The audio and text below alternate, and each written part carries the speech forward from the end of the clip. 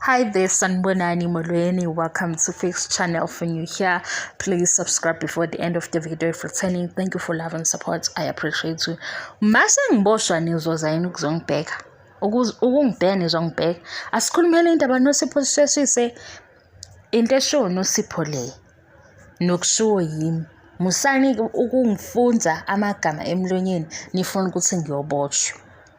uSibindi oMpumelelo mayifika nendaba yokuthi usenaye afuna ukumbeka phambili and lo abazombeka phambili akusiyena lo abamazi betshela umndeni wakhe sesiyafika ingane ezisithembu Sibindi seyasho ukuthi ke noSipho Cele azomkhiphela inkomo because unoSipho uyintombi umthole eyintombi oweyintombi and lokhu kuhlangene nabadala nabaphansi namadlozi.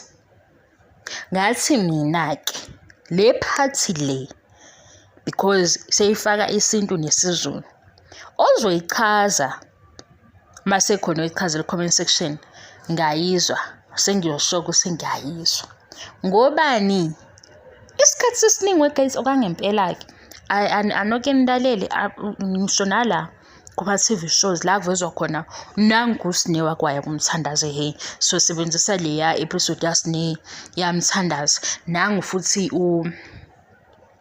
ubaba uMseleko naye ke wavele ekhuluma ngezinto zokugeza umsamo izinto nje eziphathelene nabantu abadala yeke kube khona into ezwala ngathi kune sacrifice phakathi aze athi owabantu abadala ngoba usapure how manje nilalela abantu abake be kwizangoma noma inyanga noma ke kubantu ababonayo abantu bamanga banalento ukuthi kufuneka inkukhu emhlophe inkukhu emnyama inkukhu enjani imbuzi abantu yabona nje into enabantu abadala khona into efunekayo efunwa abantu abadala.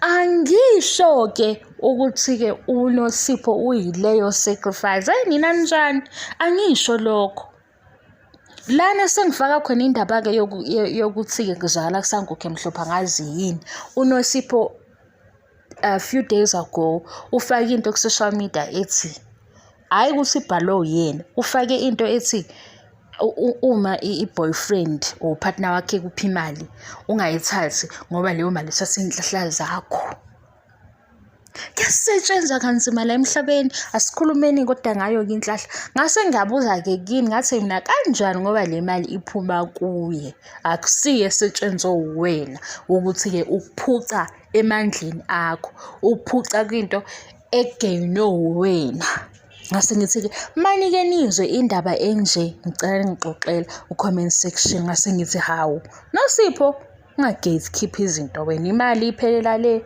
kwezitolo imali iphelela eShoprite iphelela eCheckers iphelela ekudleni imali ayigcini kithi yimi ke ngiyakhuluma manje ngibona nesenake into ayedwa ukuthi kuzala kusankukho emhlophe isikhathi esiningi manje ngilalela omalume noma obhuti mabezokhuluma ngento ethinta abantu abadala kunendawo ezwakala sa Nigerian movie sa sacrifice sa Bululu somewhere mabekhuluma manje yikho ngifuna ukwazi ukuthi ke lena amadlozi nesintu nonkosikazi oyintombi nto iqale kanjani ukuthi vele amadlozi ayakukhombela loyo nkosikazi oyintombi nto noma ayakutshela ukuthi ozomthola fanele abe yintombi nto yabo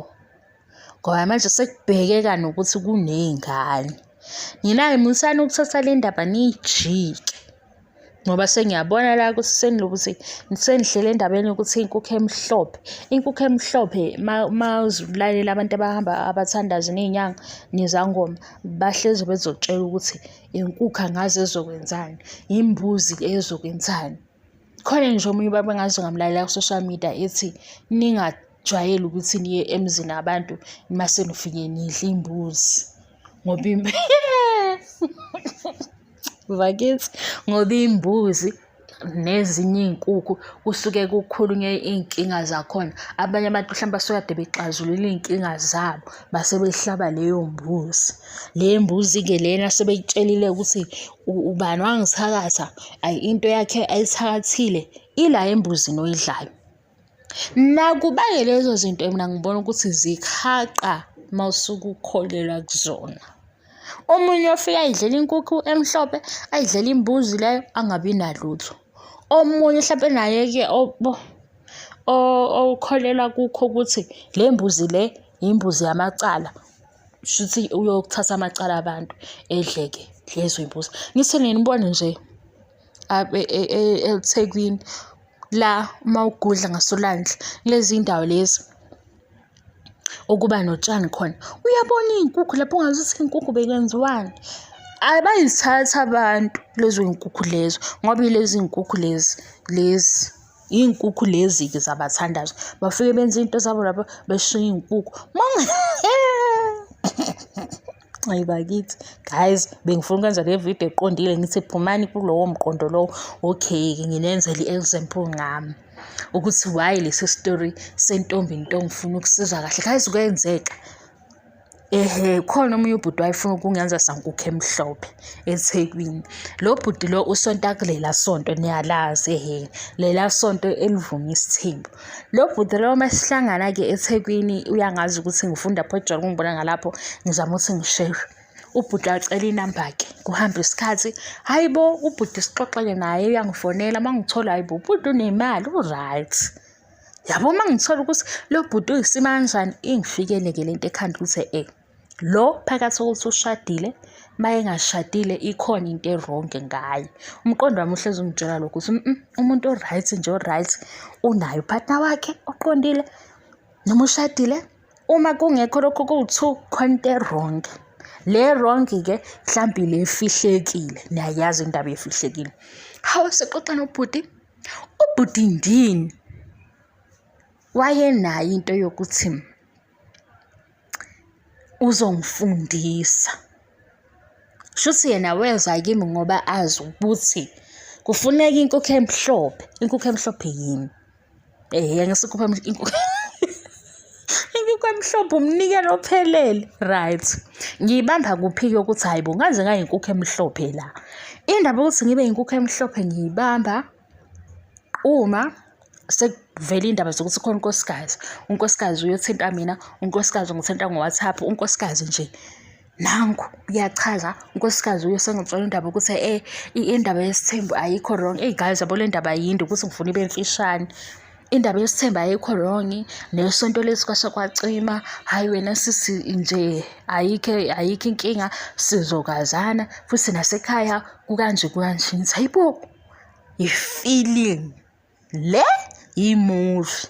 Okokuqala kwangifikela ngaleso sikhathi ukuthi lo nkosikazi lo uzongifuna angithole angidubule ngoba phela manje unkosikazi uvela ku-WhatsApp yena unenamba yami usebone nesithombe sami, mina angakaboni lutho kwakhe. Ngibuyele kubhuti ngithi bhuti ndini nangu umuntu othi. Ubhuti-ke gazi wayengakangithinti-ke kodwa wayengitshela ukuthi uzongifundisa. Nakhona sengibamba emva kokuhamba kwesikhathi ukuthi kanti ngangizofundiswane le wayehlezi ethi ungakhathazeki ngizokufundisa. Yini leyo? Ngoba phela esikoleni ngiyafunda vele yabo. So ubhuti ebenokuthi yabo wayenakho ukungivezela ukuthi amandla ephakethe lakhe lithini yabo. So mase kufika indaba yokuthi unkosikazi uyaziwa, hayi ngitshela umngani wami athi hey fix phuma kulento, phuma kumoya omubi, phuma nje kulento, phuma kungakonakali, phuma. Shaya ngezijubane elikhulu. Hayibo ngiveke ngicabange-ke ngiblockele ubhuti, ngiblockele unkosikazi kodwa ubhuti ngimchazele ngithi yazini cha mina ngeke ngize ngikwazi. Ngeke nje nomuntu oshadile size sixoxe angifuni. We guys kwashuba-ke manje ezokushuba kanjani? Ubhuti wafuna enye inamba wangithola ngayo, nonkosikazi futhi bangizama. Babengakaze-ke bekhulume bendawonye nami kodwa babe-communicate nami bobabili. Nonkosikazi engichazela nje ukuthi isithembu sengathi hey lana khona into enomoya omubi. Ngathi mase ngicabanga lento ngathi what if yimi lo nike nizwe kuthiwa kukhona abantu abasebenzisa isandla somuntu, isandla esihlala efrijini. Wasithi bafuna isandla sami bazonginquma isandla. Sengisangeni-ke guys, ngiyanixoxela. Kodwa yabo ngathi sengiyicubungula le ndaba ngacabanga ukuthi khona into engahambi kahle la. Okusho ukuthi ngiyoba yi-sacrifice.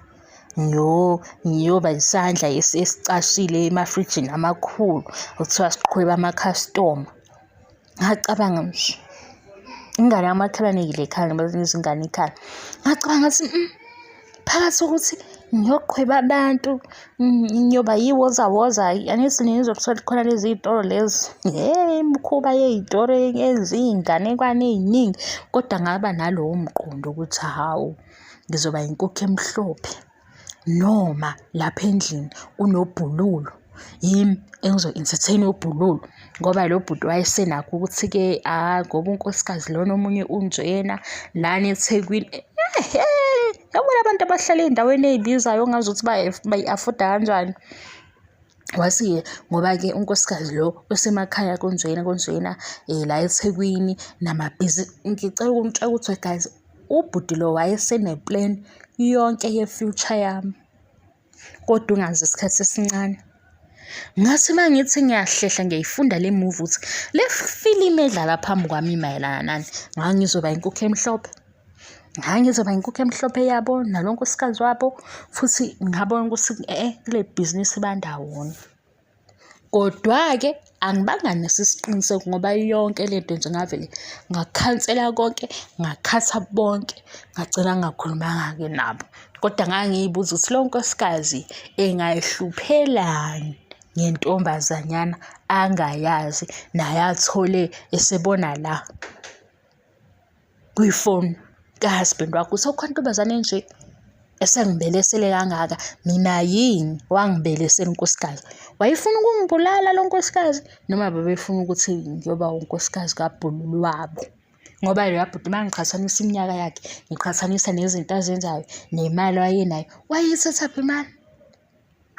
Namabhizinisi ayenayo nala wayesebenza khona. Kodwa phela-ke laphayana-ke kuleya khampani ikhona imali, kodwa izinto ayinayo wayeseseyve nini imali.